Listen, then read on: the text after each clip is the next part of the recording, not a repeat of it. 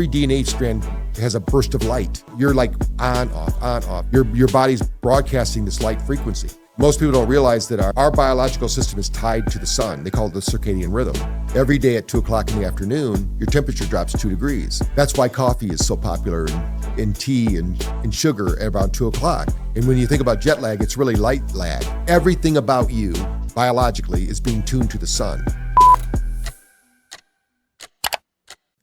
All right, guys. Patrick Porter from BrainTap. Been excited for this one for a while. We booked this almost a year ago. Yeah. So thanks for coming on, man. You're not in Vegas often. No. Yeah. It's good. It's good to be here, though. Absolutely. And everyone, like I said, speaks highly of it. 120,000 users. Yeah. That's impressive. Is that monthly users? We have 40,000 on our subscription, but then we have a freemium model. Nice. People will come and go, do what they need to do. Super cool. Could you explain what BrainTap is for people that don't know about it? Yeah, BrainTap is a brain fitness company. We do it with light, sound, and vibration. So I've been doing this since 1986. Back before it was popular. I didn't know I was biohacking, which is what they call now. But what we were doing, we were trying to figure out a way to get people out of pain. Right. And with biofeedback, there was no neurofeedback. Some people ask me, did you go to school for neurophysiology or something? There was nothing like that when I went to school. But what we did was we were looking at hand temperature, respiration rate, heart rate. And what we noticed is when you start calming down and you engage the alpha brainwave, then your body creates its own natural analgesia. So you don't need as much anesthesia when you're having surgery. You can have less pain. But then we found out all these other things it does. So it expands. So light we can get more into it later, but light actually will stimulate mitochondrial health, build up energy in the brain. Right. And then once the energy is there, in fact, it's been shown in science that it spins up the ATP production up to 32 times more than you would normally. Dang. So if you imagine you want to heal your brain, you want to bring ATP to the equation because that's the currency that heals the body. So with red light specifically, because that's the most popular one, I'd say, does that have any healing abilities for the brain? Oh, yeah. I mean, what it is, we actually tune our light too. It's not just 650 nanometer light or 810 nanometer light. It's actually has a solfeggio frequency, it has a Noget frequency, and it also has a Rife frequency to it. So we use all those three frequencies because then we can target different regions of the brain. Even though we hear, we think we hear, when you think about surround sound, our brain literally makes that stuff up, right? So it's placing it spatially based on cues from our environment. Right. So what we're doing is we're using those same cues, but instead of like showing you a picture of an elephant, for instance, we're going to send you the vibration or frequency of that. But we use like water. For instance, if you and I were sitting by the ocean and we were relaxing, we might start to drift off into a little daydream. That's because the ocean actually evokes a 10 hertz potential, which is alpha. So you just naturally start to create acetylcholine. You start to feel good. You start to fall in love. When people say, hey, I love the ocean, they're really saying, hey, I'm chemically bonded to the ocean because all brainwaves also trigger neurotransmitters. Wow. And so most people don't, the reason we have a mental health disorder is not because people are crazy. It's because we don't have enough movement. Our brain is when we sit, unfortunately we're sitting doing this interview, but when you sit for 20 minutes, it's equivalent to smoking a cigarette. Damn. So our body is designed to move and breathe. And so like when we go to the mountains, for instance, we're walking along the mountains, people will say, hey, I had a mountaintop experience. They had this great experience. Well, the reality is that what they had a GABA release. GABA is a precursor to DMT. Wow. So for those people that have done any psychedelics, our cells all have DMT in them. So these are naturally occurring phenomena in our body, but most people wait till it happens to them. What I tell people is, let's make it happen through you, not to you. So you can become your own kind of generator of these frequencies. And for the last 40 years or so, I've been training people how to change their brain waves. Yeah. Things like that. How long does that take if you're in a low vibrational state to change your brain waves? Oh, anybody will change in 7 minutes. That's it? Yeah, there's a really great product. It's called the Friends Band that we're partnering with to measure brainwave activity. It's a less than $1,000, but it will do EEG like clinical level. And when we first met them, it was funny. Kimmy, who runs their operation, says you can't move gamma because we did an experiment with a psilocybin in Dallas, with PTSD, and some of the vets didn't want to take a psilocybin because they didn't know what would happen. So I said, well, let's map the brains of the people on psilocybin. And we did. What we found was there was a region of the brain that was really highly active in gamma. All right, shout out to today's sponsor, Specialized Recruiting Group. Navigating the professional job search is hard. You know the perfect job is out there, you're just not sure how to find it. The good news is you don't have to go at it alone. You just need Specialized Recruiting Group. Connect at srgpros.com. We're here to guide you and help you find a role that fits, all without costing a dime. Meet Specialized Recruiting Group, offering a tailored approach to find your next role. Go to srgpros.com and get on the right course. Your local Specialized Recruiting Group team knows which businesses are hiring and can offer you a path to contract and full-time roles. Don't see the role you're looking for on the website? Well, they also recruit for confidential roles, so give an office near you a call to learn more. Take the next step in your career by starting srgpros.com.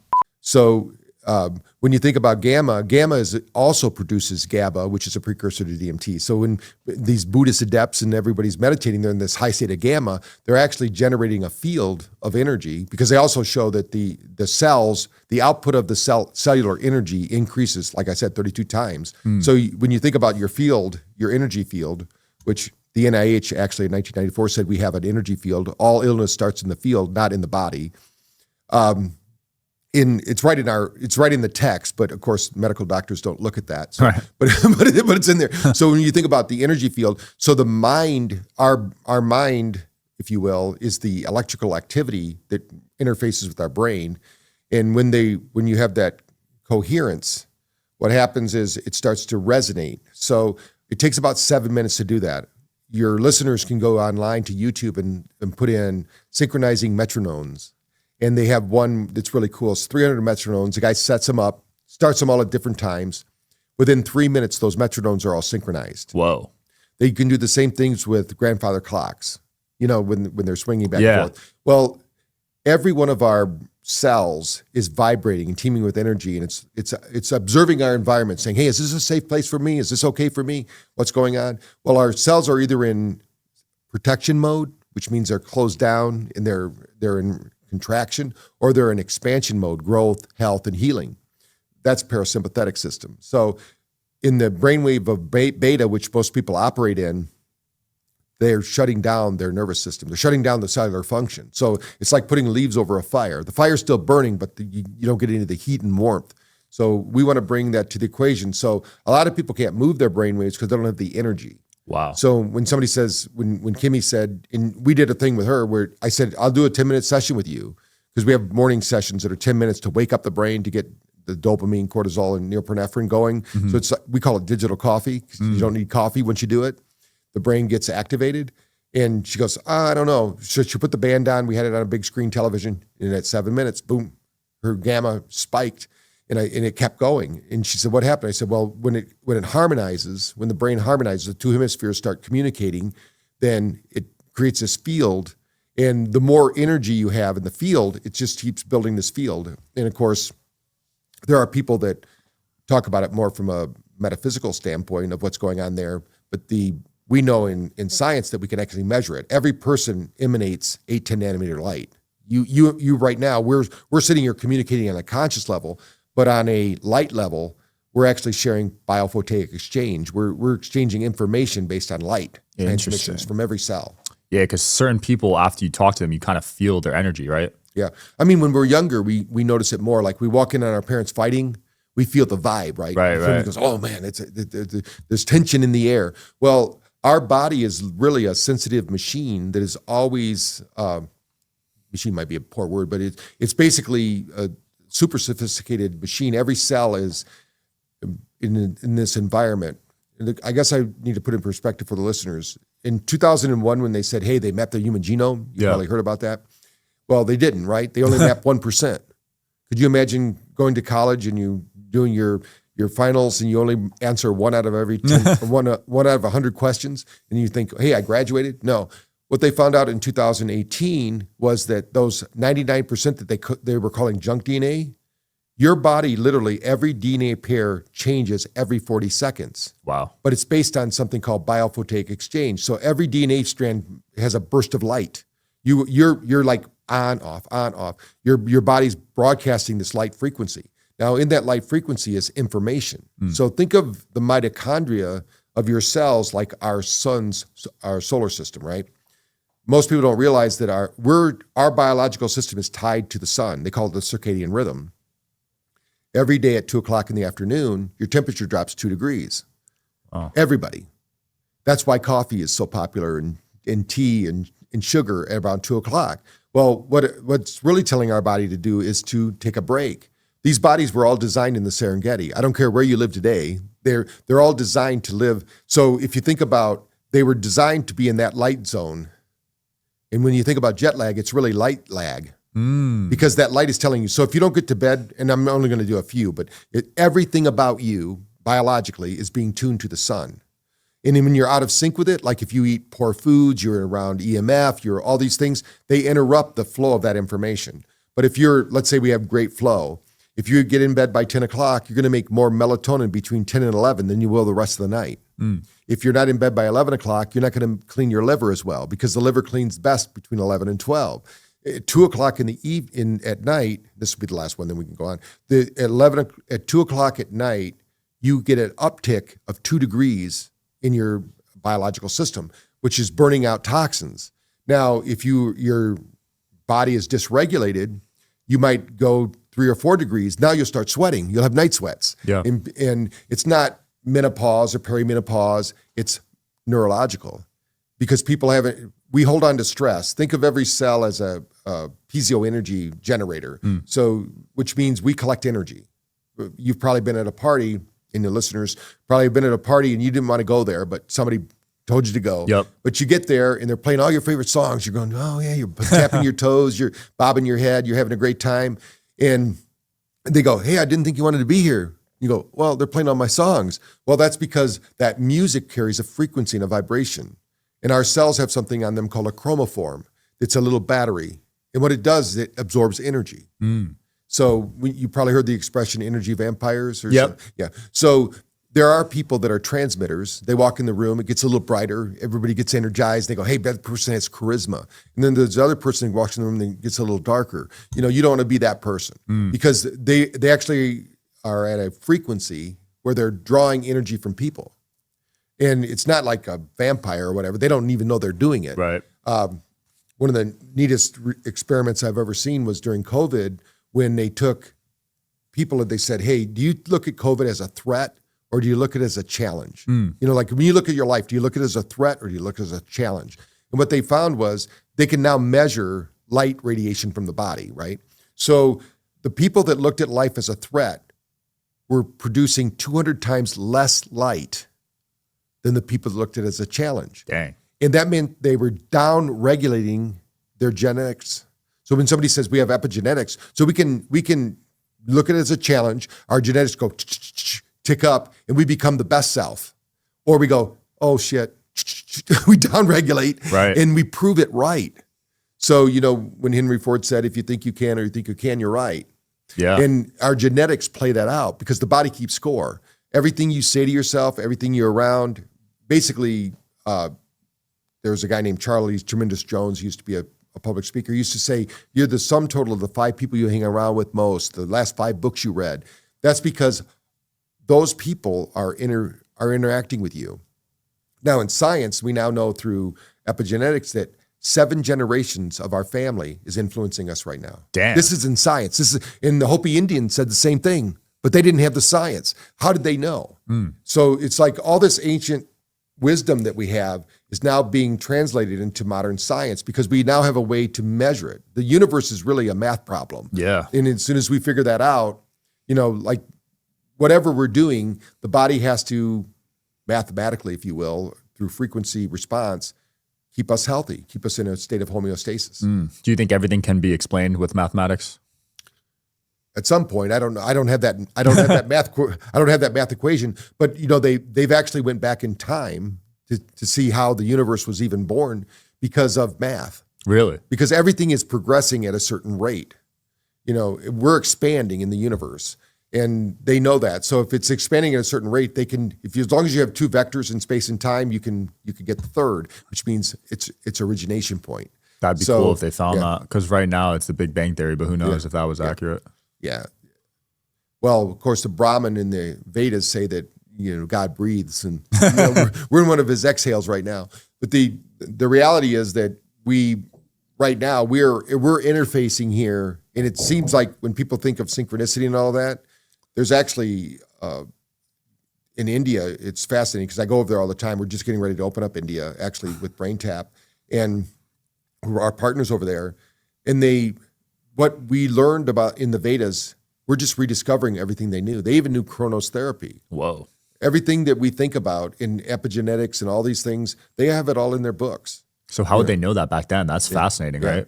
Yeah, it's like we lost some kind of knowledge between whatever. We think this is the first time, but the reality is now we're seeing maybe this is like the second or third time that we've been through this and we've destroyed ourselves, and then we come back and we do it again. So hopefully we get it right this time. Hopefully, yeah. We think we're the most advanced humans of all time right now, but there's a chance we're not. Oh no, I think there's a guy on the Discovery Channel.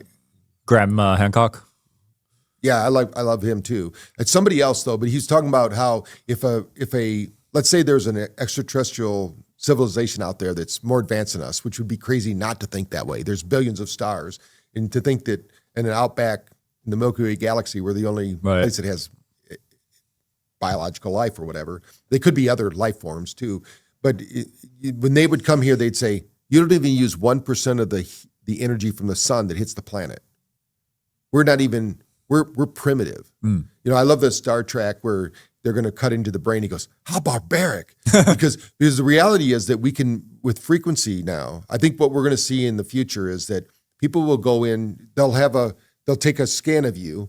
This is your healthy you. You get unhealthy. They just overlay the healthy one over you. They get those frequencies. They get the cells all resonating and vibrating. Whatever's not like that, it's harmonics. Like when somebody sings, they break a glass. That harmonics would shatter anything that's not real for you. Wow. And so you'd be back to normal because you're just a projection. You're not real. You're light, sound, and vibration. There's 99.99999 whatever to the infinite number space in you. There's more space inside of you than there is solidness, but it just appears solid. This table appears solid. So we're just light. Yes. Everything is light. Wow. But we have that, we can touch our bodies. So people think we're just physical, but we're not. Right, and they've shown this in the lab too. When they put things out of phase, they can pass through each other. Wow. So there could be other, it's kind of getting beyond where maybe we're that's like some fourth, fifth dimensional stuff, I'd imagine. Yeah. Well, now in science they say they're up to 11 dimensions now. What? But there's infinite numbers. So I mean, I don't think if there's one other one, there's an infinite number. That's crazy. I mean, when you think about, that's why I always say there's only an infinite number of possibilities from any one moment in time. When somebody has an addiction, they basically collapse the waveform and they say there's only one solution to an infinite number of problems. So you have an infinite number of problems. You have a cocaine addiction. That's your solution for everything. But the person that is adaptive says, no, there's an infinite number of solutions to an infinite number of problems, and the variables are all different. But I'm going to go with the flow, right? I'm going to be more like a California surfer than a Harvard engineer or something. Yeah, like that. You can't get too logical, right? You got to embrace the spiritual side, right? Sometimes. Well, if we saw anything over COVID, was that the smarter people got, the dumber they became. So it's like, well, are you kidding me? There's no science here. Yeah. We have a psychoimmunology. Our immune system is a thinking immune system. So if you want to downregulate it, just put fear in their hearts. Stop their oxygen levels. Let them outside and get sunlight. Everything they did destroyed our immune system. Everything, even the oxygen ventilators they were putting people on, made it worse. Yeah, and I mean, it's like I don't want to say it, but it's almost like they wanted to kill us or something. It's crazy. I mean, why would you do any of that stuff? And why would you give they're saying, oh, if you're older, you should have this vaccine. And we didn't do it because our cats. We had during one of our hurricanes, we went down to Alabama where my daughter lives. And we were flying back, and our cat wasn't allowed on the airplane unless it was vaccinated. Wow. Well, it was 9 years old. That cat didn't make it. It died. What? Yeah. Dogs and cats die all the time from vaccines. Holy crap. And I said, why did they go, oh, we would never, our vet back here in Newbern, North Carolina, where I live, said, we would have never given that cat a vaccine. It's too old. Damn. Well, why are they giving our elderly people vaccines right now? And they're not proven to do anything. Yep. And now there's 78 you got to get I know. when you're a kid. It's crazy to me. We have such a powerful immune system. Look at Wim Hof. I always tell people, just go look up Wim Hof on YouTube. They inject poison into his system. He breathes it out. Yep. Documented too. Yes. In the labs, they're like, what's going on here? He's not Superman, and he teaches other people to do it. So I always love it when somebody does something and they teach other people to do it. So it's not like he's someone special. He just has a special knowledge. Right. Once he has that special knowledge, he can package it and teach it to other people. So the Wim Hof method will, if you're really scared, you should be learning to breathe.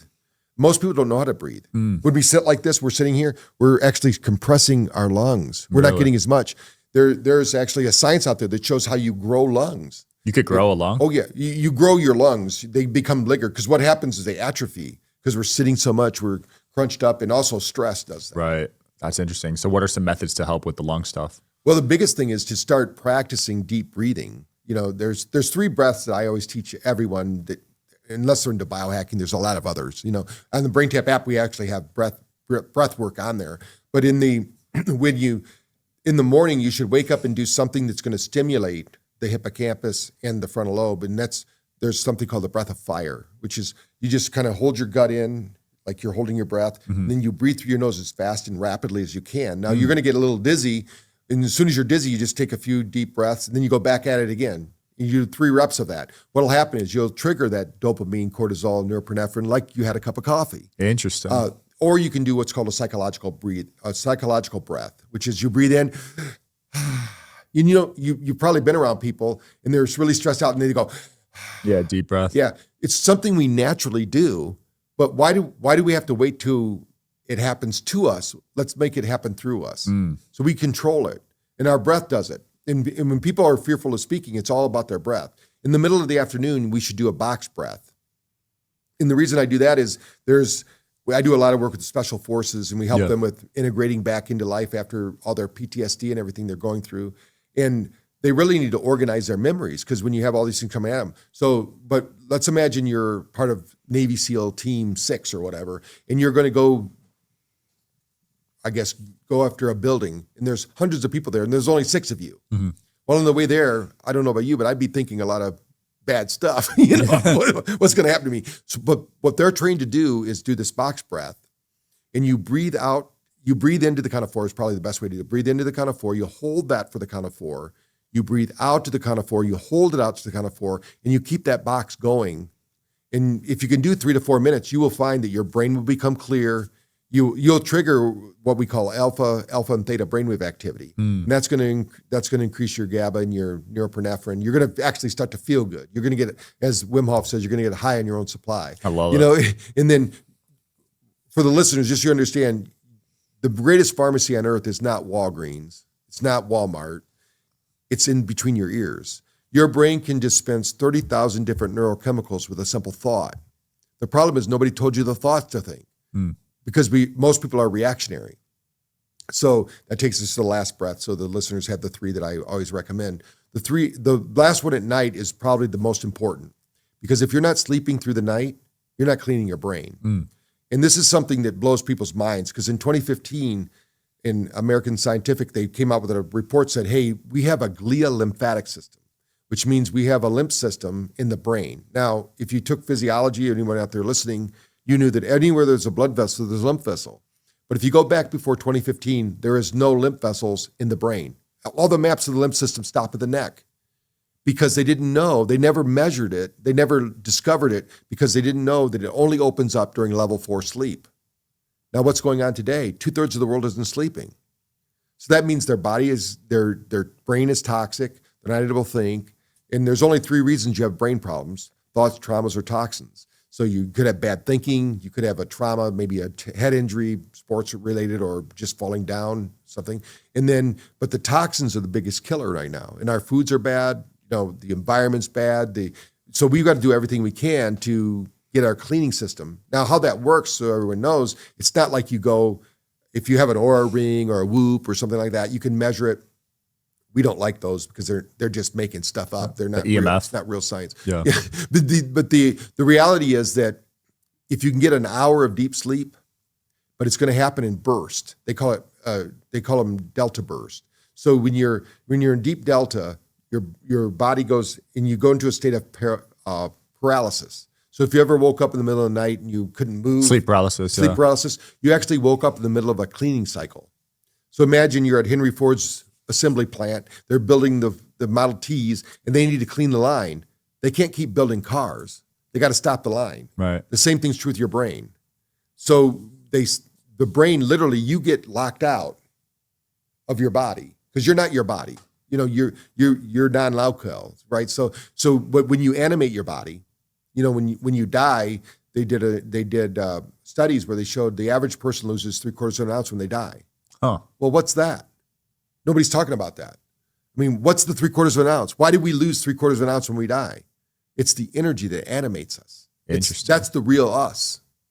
We don't look like this. Right. We're energy, you know, and we're intelligence, and you know, and we're not going to die. Energy doesn't die. So in the process of all this, these cells and what we're doing, the brain, because we're interfacing with the physical body. So I'd like to tell people, think of your physical body like a spacesuit. You were born, you were given a spacesuit, and this is an advanced spacesuit. I mean, this thing can replicate itself. It does it at 50 million cells per second. It can evaluate the environment, make all the adjustments it needs so that it continues to modify and adapt. And it's good for about 27 years. It's a pretty good spacesuit. But after 27 years, it starts breaking down. You got to do something, you know. And the biggest thing that most people don't do is sleep. Because during sleep, what happens is the spinal fluid, if you're breathing good and you're doing the deep breathing, your spinal fluid washes over, they call it the glial lymphatic system, because glia cells are they're like networkers, you know, the people, you know, that are like the salespeople that are always going around talking to people, you know, and so they're putting all the neurons together. And what happens is during the night, if those are cleaned off, now the hippocampus has a chance to say, hey, here's everything that happened to you today. This is important. We're going to remember it. This is not important. We're not going to remember it because we don't remember everything. But chemically, though, we're encoded to remember everything. In fact, even while we're sitting in here, out there in the other room, we're hearing that. We're just filtering it out because the brain is a great filter. Yeah. And so some people filter things out so bad that they have poor hearing, or like we both wear glasses. You know, these are all things these aren't real, but something's happened within our psychology that changed the way that our brain interfaces. So when we sleep at night, when we clean off the glial lymphatic system, it's cleaning off the neurons. Those neurons actually are intelligent. They go seek out answers. And when somebody says, what's happening with dementia? Well, it happens because of plaquing. So, you know, like this Semaglutide that's so big right now, it's terrible. Yeah. I have no idea what's going to happen, but it's going to be bad because your brain is almost all fat. And Semaglutide doesn't care where the fat's at. It's going to get rid of it. We're going to see an onslaught of dementia and Alzheimer's. Are you talking about the Ozempic stuff? Yes. Okay. It's terrible. I mean, and it doesn't discern it. It even breaks down muscle. Damn. So, but people will do anything to take a pill and get their solution. To lose weight, yeah. Yeah. So the reality is that we can do that ourselves. You know, but what they're doing is how a drug works is they put it in the system and it get a reaction. If the reaction's what we want, great. That's also true with psychedelics, by the way, because when in that study I was talking about with the people in Dallas, when we mapped the brains, the people that didn't want to do a psilocybin, we created BrainTap sessions. They were having a psilocybin trips with no psilocybin. They said, how are you doing that? I said, it's not the psilocybin that's doing it. It's the brain's reaction to the psilocybin. Wow. So if we can create the reaction, the brain will create the sensation. It will create the DMT. Holy that will give crap. them the So you were experience. able to mimic a mushroom experience? Oh yeah. I mean, we get reports on that all the time. We have over 100 sessions that do gamma programming. Wow. Now, gamma is important not just for psychedelics. For those listening, it's important. Think of gamma as the bass drum for the brain. If you're a marching band, you need that bass drum to keep everybody in rhythm. As we age, unfortunately, that gamma rhythm gets dysregulated. That's why you lose energy as you get older. Yes. Interesting. Yeah, in the energy in the brain is a good point. When we're born, usually our brains are about 18 volts. So think of every cell is, like I said, it's piezo energy. It's giving off energy. So we can measure that through EEG. That's when you put the skull caps on. So if, let's say your right hemisphere, now as we age, about 30, everybody's usually around 10.1. That's fine. We can operate. But Once it gets below that, we start seeing cognitive decline. So we need to bring energy. That's where the light therapy comes in. Yeah. And also nutrition, because you can't outthink a bad diet. And I know you know the code girls, and they use frequency medicine. It's nothing in there. What it is, it's telling the cells, it's vibrating at the same frequency as the substance they're trying to do. And the cells respond as if it's got the substance. Wow. Because it's our body that's responding to it. We have this ingenious, this spacesuit that's adaptive. It's all thinking. It's thinking all the time. We don't think about it. We don't think about the 50 million cells we're going to rebuild. We don't think about our liver cleaning. And that's another thing for the listeners with the Ozempic. The real problem is stress. We have something called the liver, right? So the liver also controls brain function. But the liver holds 25 grams of sugar, equivalent to 25 grams of sugar. It's not really sugar, but it's a form of sugar. And it's there because we make our own sugar. 100 years ago, the average American ate less than 5 pounds of sugar a year. Today, they're eating over 100. And it's probably the worst thing we can do to our system because we don't need sugar. We don't even need carbohydrates. We make our own. But so let's say we have a stressful event. Somebody cuts us off in traffic. Instantly, our liver shoots that sugar into the system. Wow. We can only have 1 tablespoon of circulating sugar in the system. What happens then is the body goes, whoa, what's all the sugar? We're just driving our car. Because they're not communicating. It doesn't know the environment. It thinks there's a tiger chasing us. And so then it says, okay, turn on the fat storage hormones that we have, And so when it starts doing that, then it starts putting on the adipose tissue. It says, hey, we can use that energy later. We don't need it right now. The problem is when we were developing, it hasn't been that long that we were starving. Most of the world was starving. So we used to go through periods of famine, which are like fasting, like intermittent fasting. That's why it's so big right now. And why our body's used to that. We're not used to being able to eat. Like when they say 6 meals a day, that's probably the worst thing we can do for our system. If you use HRV or heart rate variability, every time you eat, check your HRV. It goes up. Yeah. You stress out your body when you eat. Now, you can offset that by going for a walk or something afterwards or doing something. But if you just eat and sit, basically it's like throwing a brick into the machine. It's slowing it down. Which is what most people do. Right. They don't go for walks after they eat. Right. Damn. Yeah, so you're just damaging your body if you're eating all day. Yeah. Some people just constantly eat. and what I mean by that is they're drinking like sodas. Yeah. Anything that has complex carbohydrates, the body is going to keep, we can either digest. The way the digestive system works, just for the listeners, you need 4 hours to digest your meal before you eat anything else. If you don't, the body never gets into fat burning. So you never tap into the fat stores. So it says, okay, well, and it's kind of like the lazy person building the fire. They're going to just get kindling wood. So they just keep throwing kindling wood on there. So that means you got to have more potato chips, more cupcakes, more whatever it is. But if you eat the good foods, the healthy foods, like the essential fats, like there was a study just put out that showed just by increasing your, like a olive oil, a half a tablespoon of olive oil, you can offset your chances of dementia almost 90%. Damn. From olive oil? Yeah. They just put on their salads or just even drink it. And because we're not getting the right fats, we're eating, seed oils are really bad right now. I mean, this is a nutrition course, but the brain gets the first cut of all nutrition. So if you're a junk food eater, you're feeding your brain a bunch of junk. And if you had a Lamborghini, you wouldn't put the cheapest gas in it. You'd probably put the best gas in it. Yep. That we have Lamborghinis. We should be putting the best stuff into our bodies. Have you seen the recent autopsies of the brains and the microplastics? Oh, 0.5% of the brain now, and only rising. Yeah, that's concerning, terrible. Right? Yes. I wonder if there's any ways to get rid of plastics in the body yet. Well, they show if you can get your mitochondria, what I tell people is once you get your mitochondria, it will burn it up. Oh, really? It will push it out. Wow. So the right now, unfortunately, what happened with these viruses running around is they attack the mitochondria. And that's our communication system. So its whole job is to absorb light energy and transmit light energy. It's kind of the intermediate. You've probably heard the expression, the internet's down, right? Somebody says, yeah. Hey, the internet's down. The internet's never down. Your connection to it is. The same is true with our cells. Our perfect blueprint is always available, but our connection to it isn't. Because if we have interference from foods, thoughts, damage because of accidents or something like that, we don't get the right signal. That's why grounding and sunlight are so important, right? Yes, exactly. Yeah, those are two of the big ones. Yeah. You said you've been going to India a lot? Yeah.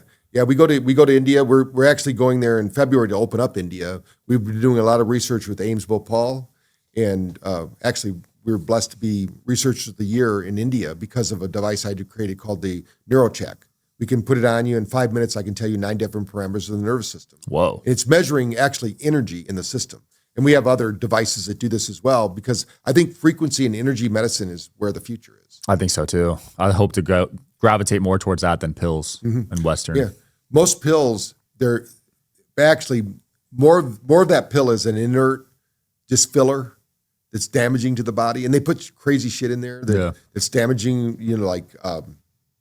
It's man-made. aluminum and stuff like that, because they want to get a reaction in the body. And that reaction helps their medicine work better. But the reaction, that's why when you watch a commercial on TV, the 30-second commercial or the minute commercial is 10 minutes of the real commercial, 50 seconds of telling you how bad it's going to be if you take this drug. But people will still take it because they just want to take a drug. They just want to take a pill. It's easy. Yeah, sedentary lifestyle is pretty bad these days. I think the average American walks 4,000 steps. Yeah. The Amish walk 20,000 or something. Yeah, and they're one of the healthiest groups of people, right? The Amish people, especially mentally. I've heard like some stuff about how none of them have autism. Right.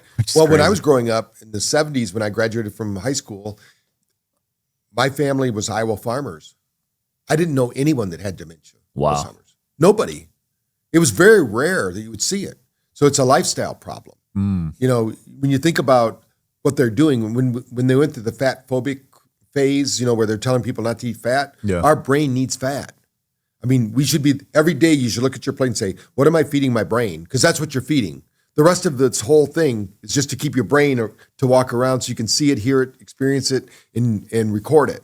You know, that's on a very base level. That's interesting. Yeah, I remember being a kid avoiding the fat on steak because of that programming. Well, that might be good too, though. I mean, I don't know about fat on steak, but there are good fats, obviously. You know, there's a lot of, actually, the algae is probably the best way to get your fats. Most people don't know that. Really? Yeah. How do fish get it? Fish get it from algae. Oh. So when you get it from, it's kind of like when somebody says they get their protein from their cow. Well, the cow got it from the grass. I mean, I'm not a strict vegetarian. I believe you should eat. We're basically designed to eat anything, right? We're omnivores. It's a great spacesuit, right? Yeah. So it can get by on eating almost anything and surviving. But if we want to optimize it, we want to have adequate fat, fiber, and protein. And everything else is just meaningless, just joyful. Okay. I need to look into algae then. I had this girl, what was her name? Energy Bits. Oh, yes. I travel with them. Yeah. She's like 70 years old, but she looks like she's 40. Yeah. Yeah. And she eats algae every day. Yeah. I use them every day. And our team does. When we're at events, we're good friends with All right. the I'll start eating those then. Yeah. Damn. Yeah, they have ones that are good for the daytime to build your energy, and there's ones for the night because some are best for cleaning the system. Okay. And the nice thing about algae is it's light activated. So just like methylene blue, you can put that in your system and you shine red light on it or infrared light. It actually gives it more energy. Algae does the same thing. That's cool. What other supplements you taking? Well, I think every person on earth should be taking a vitamin B, B3.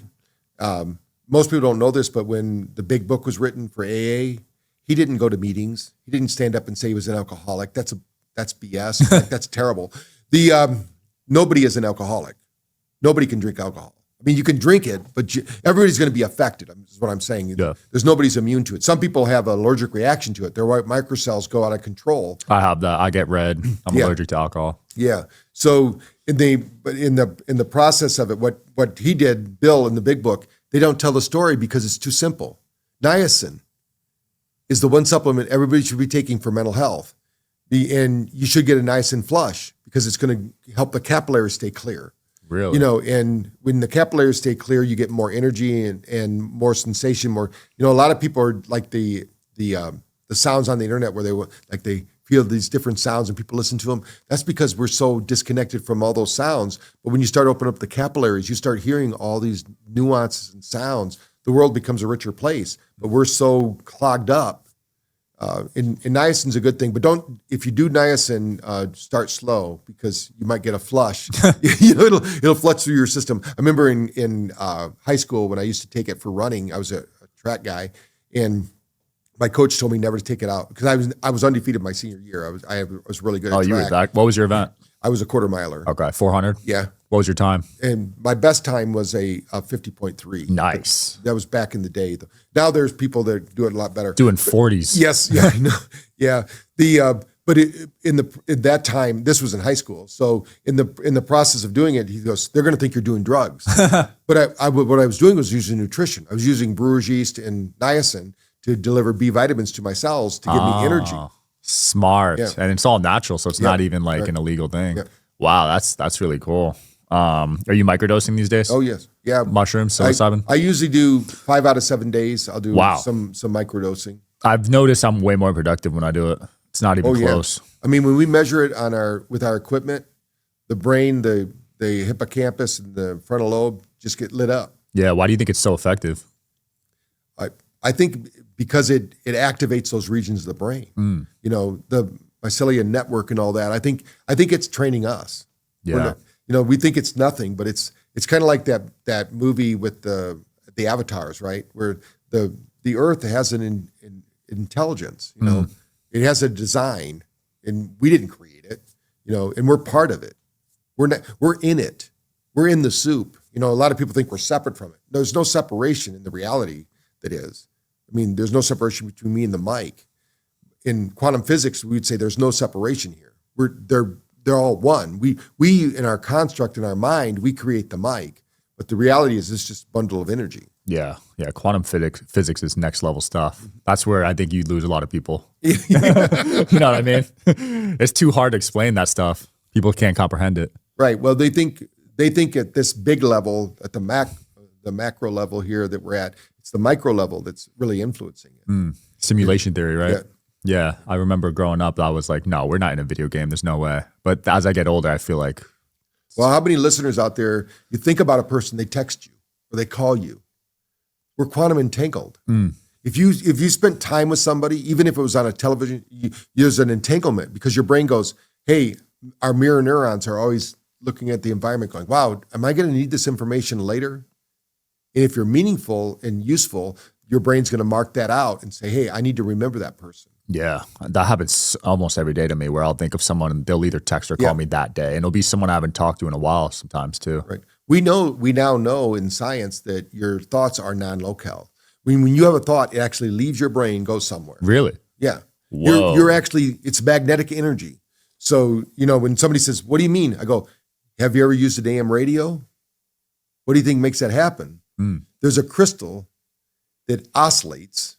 And when the frequency matches that crystal's frequency, it vibrates and makes a sound. And they figured out how to make that sound, make music or voices or whatever. That happens every time. It's happening to every cell. You have extracellular matrix in you right now. It's your water system. It's a crystal. You are broadcasting and receiving information based on that matrix. Now, if you put a bunch of soda pop in it and sugar, then you've messed up that crystal. Yeah. And then you go, damn, I can't believe I'm not healthy. Well, you're building your suit as you go. It's like we're putting out the fires while we're living in the house. Right. And if you don't, so that's why you have to take some time to really clean house. Yeah. Get everything going. Cleanse up for sure. Do you think the soul exists outside the body then, that being said?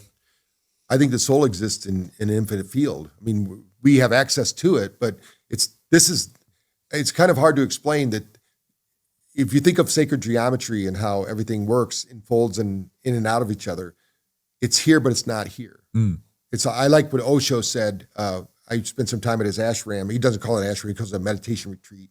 But when he died, on his tombstone, it said the date he was born, the day he died. But underneath it says, I was never born and I never died. I wasn't here. I wasn't here. Because the reality is that we're just here like a blink in the cosmic scope of things, right? And so we show up in this form. But what I was saying was we turn off and on. We're not here all the time anyway. In fact, even in psychology, they say 25% of the time you go unconscious. Whoa. And Bruce Lipton, who's a good friend of mine, and he teaches at Quantum University, where I'm the dean of brain-based medicine. And he talks about 95% of what controls what you are and what you do today is controlled by your subconscious, not your conscious mind.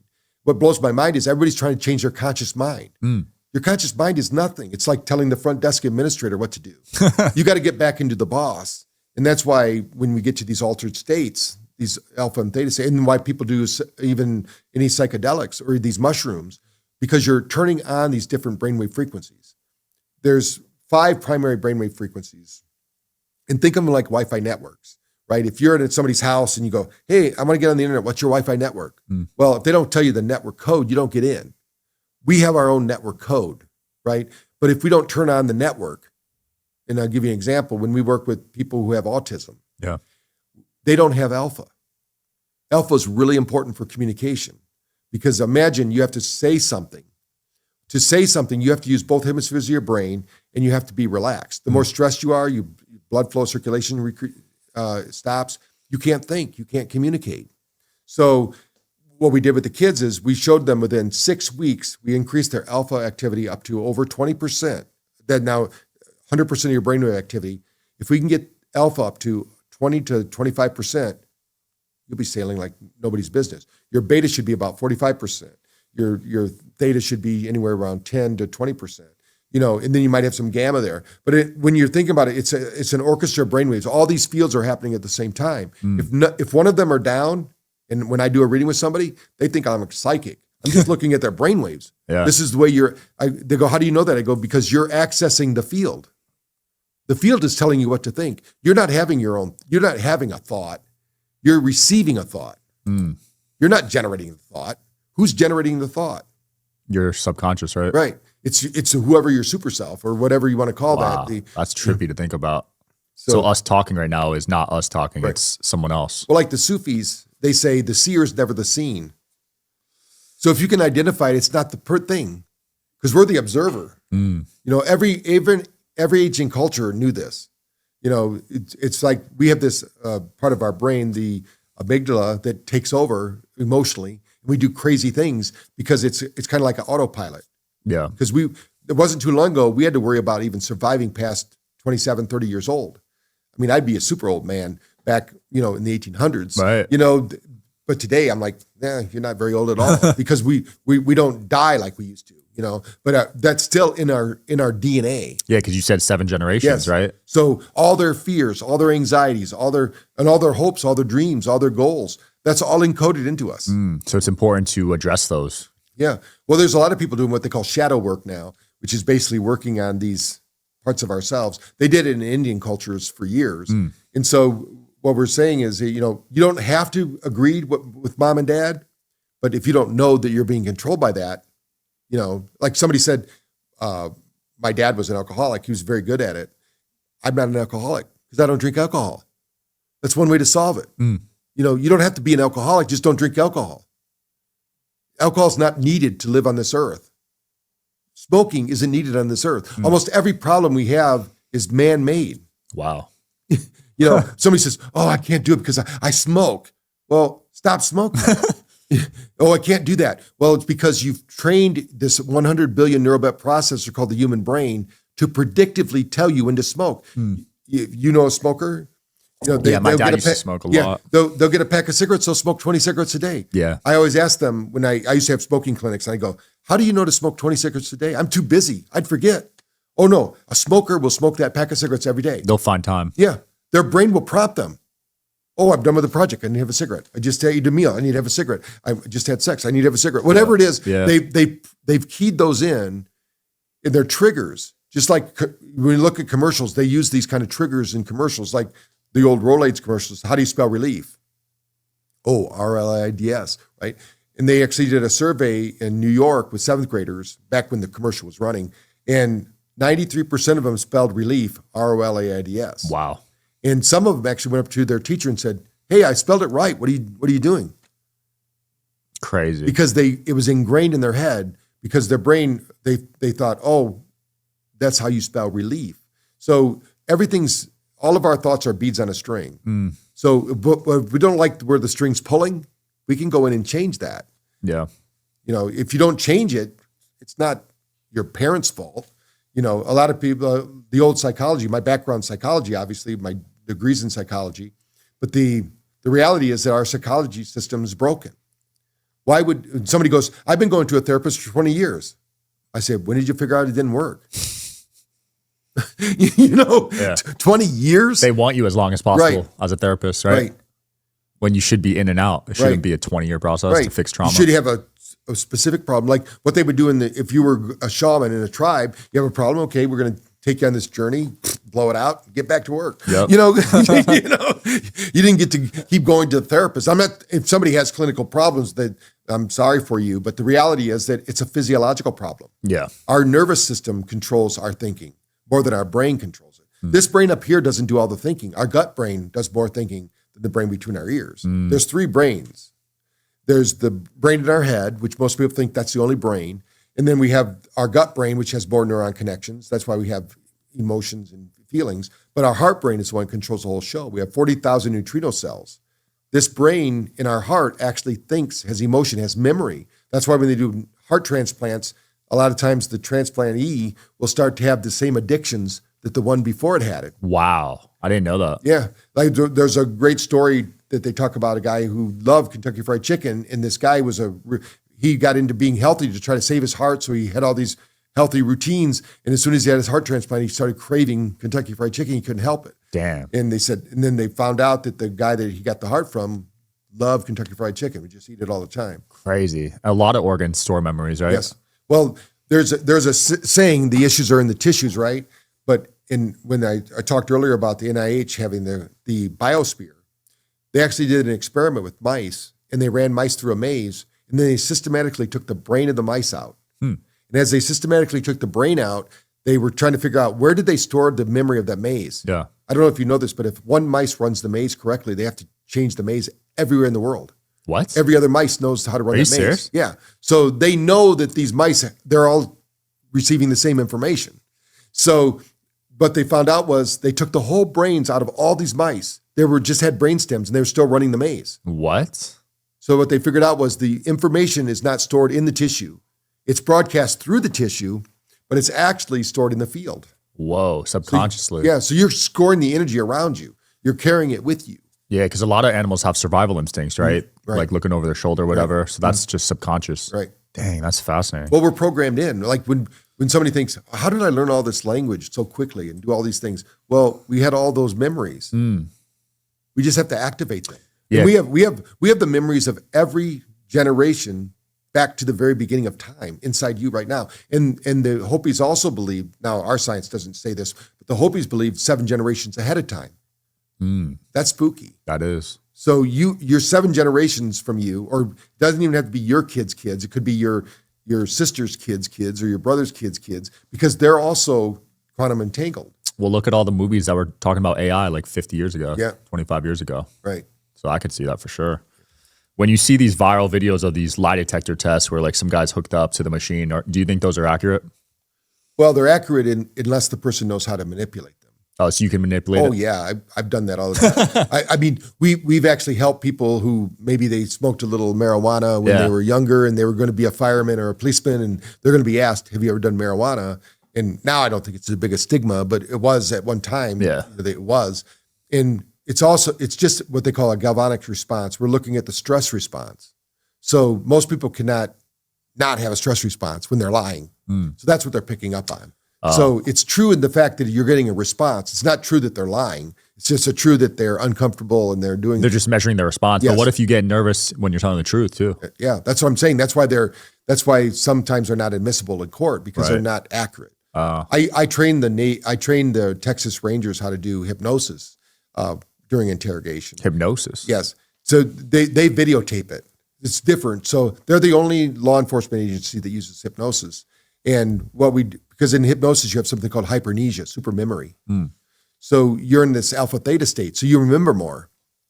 And so I remember one time we were doing a film with a guy, an interview, and he couldn't remember what happened at the accident. He saw somebody get killed. Wow. But it was such a horrendous thing, he blacked it all out. But under hypnosis, he remembered the whole thing, and he was like blown away that he remembered it. He even remembered the license plate number on the truck when it left. Holy crap. And they went and found the guy. So, I mean, our brain knows a lot more than we think it does. You know, you've probably had this happen to you, or you know somebody that does. You're looking for the salt shaker or the ketchup in the kitchen, and you're not finding it, and somebody's in the dining room saying, it's right there on the counter, it's right there. And then finally they come out and they go, hey, it's right here. And you go, well, it wasn't there a minute ago. That's because in neuroscience, we know you render 90% of your reality. 5% on each side is all you, and you write it in. You're building it. Now, the more energy, the more vitality you have. You know, Danica Patrick, the race car driver, I got a chance to measure her brain. One of the most powerful brains I've ever measured. Whoa. Most people are around less than 5,000 in this scale that we have. She was at 32,000. Holy crap. Now, what she does, and every race car driver does this, but this was the first one I ever got to measure. They're predicting the future faster than we can perceive it, because our brain is only able to process 180 miles an hour. She's driving 220 miles an hour. How is she doing that? She's doing it because her brain is predicting the future fast.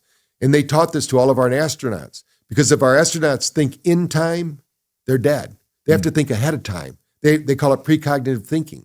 They teach every astronaut this, because you got to think what's going to happen. And chess players do this all the time. You know, people who are long view thinkers do it all the time. Most people are just reactionary. I definitely want to measure mine. I'm a chess player. I'm top 1% in chess. Yeah. So actually, I have it with me if you had time. Oh, let's do it after. How long does it take?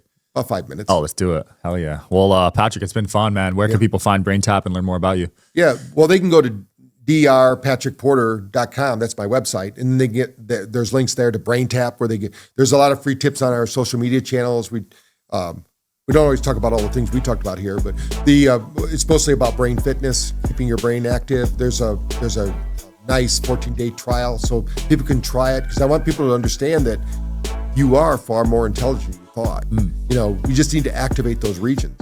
Absolutely. Yeah, we'll link the trial below for people wanting to try it. Thanks for coming on. Thank you. Yep. Thanks for watching, guys. See ya.